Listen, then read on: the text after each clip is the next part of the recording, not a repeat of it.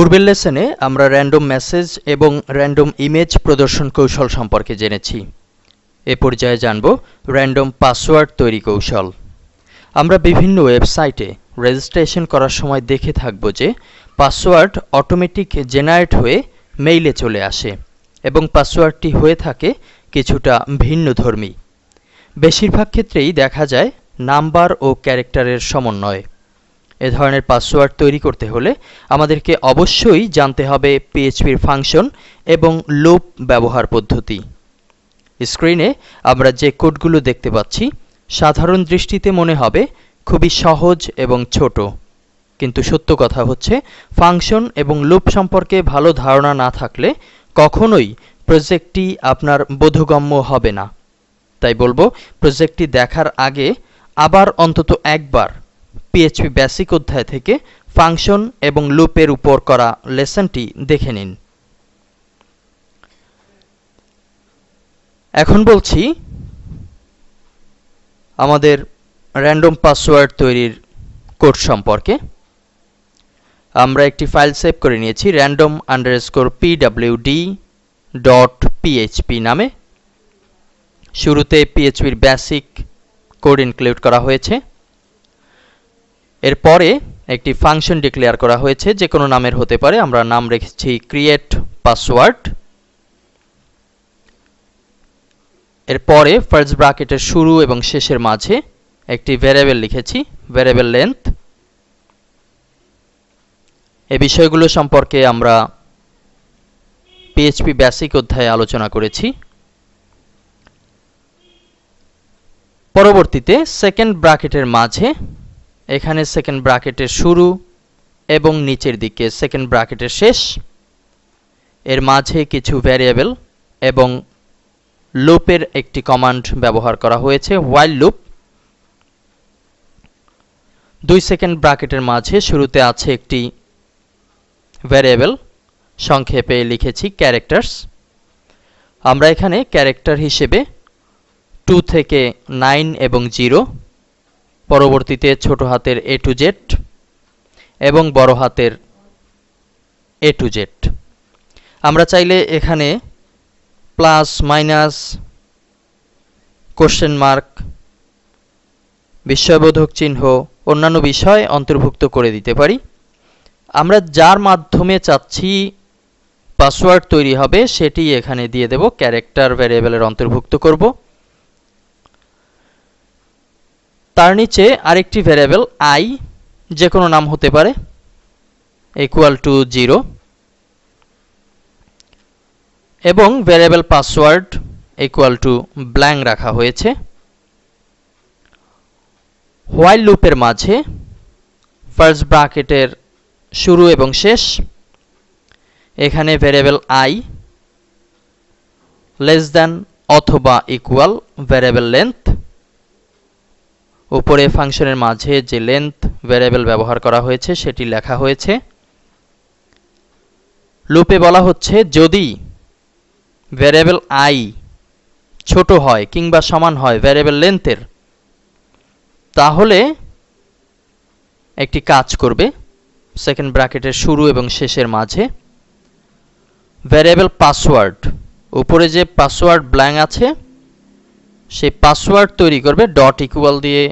পরবর্তীতে লেখা হয়েছে ভ্যারিয়েবল ক্যারেক্টারস থেকে, উপরের ভ্যারিয়েবল ক্যারেক্টার, এখানে অনেকগুলো ক্যারেক্টার আছে। ভ্যারিয়েবল ক্যারেক্টার থেকে empty_rand র্যান্ডমাইজ সাজিয়ে নেবে। এরপরে ফার্স্ট ব্র্যাকেটের শুরু 0, strlen, ফার্স্ট ব্র্যাকেটের শুরু শেষের মাঝে আছে ভ্যারিয়েবল ক্যারেক্টার। আমরা পূর্বেও পিএইচপির অ্যাডভান্স লেভেলে, অ্যাডভান্স অধ্যায়গুলোর মাঝে strlen সম্পর্কে জানিয়েছি। এর কাজ হচ্ছে গণনা করা, টোটাল কাউন্ট করবে। আমরা উপরে ভ্যারিয়েবল ক্যারেক্টারস লিখেছি, সেখানে কতগুলো সংখ্যা আছে কিংবা ক্যারেক্টার আছে সেটি কাউন্ট করবে। এবং নিচের দিকে ভ্যারিয়েবল i প্লাস প্লাস, অর্থাৎ একের পর এক বৃদ্ধি পাবে। আপনারা লক্ষ্য করছেন যে এখানে র্যান্ডম পাসওয়ার্ড তৈরি করতে আমাদেরকে ফাংশন জানতে হবে, লুপ সম্পর্কে জানতে হবে, ফাংশনের অ্যাডভান্স ফিচার strlen সম্পর্কে জানতে হবে। লুপের পর্ব শেষ। এই পর্যায়ে রিটার্ন পাসওয়ার্ড, ভ্যারিয়েবল পাসওয়ার্ড, যে পাসওয়ার্ডটি ব্ল্যাঙ্ক অবস্থায় ছিল সেটি এখন পরিবর্তিত হয়ে রিটার্ন করবে।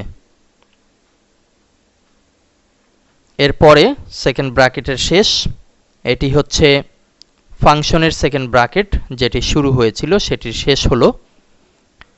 এর বাইরে এসে আমরা একটি ভ্যারিয়েবল লিখেছি, যেহেতু কাজের শেষ পর্যায়ে আছি। Variable final pwd, final password পাচ্ছি আমরা। এখানে আমরা 8 ক্যারেক্টারের একটি পাসওয়ার্ড তৈরি করব। ইকুয়াল হিসেবে দেয়া হয়েছে ক্রিয়েট পাসওয়ার্ড, ফার্স্ট ব্র্যাকেটের শুরু শেষের মাঝে 7, উপরে আমরা ফাংশনের যে নাম দিয়েছিলাম সেটি এখানে দেয়া হয়েছে, এবং লেন্থের ঘরে আমরা নিচের দিকে 7 ব্যবহার করেছি। যেহেতু আমরা বিষয়টি ইকো করব, সে কারণে একটি ভ্যারিয়েবল তৈরি করে নিয়েছি এবং সবশেষে ইকো কমান্ডের মাধ্যমে ইকো করেছি ইওর 8 ক্যারেক্টার পাসওয়ার্ড ইজ। উপরের ফাইনাল pwd যে ভ্যারিয়েবল ছিল সেটি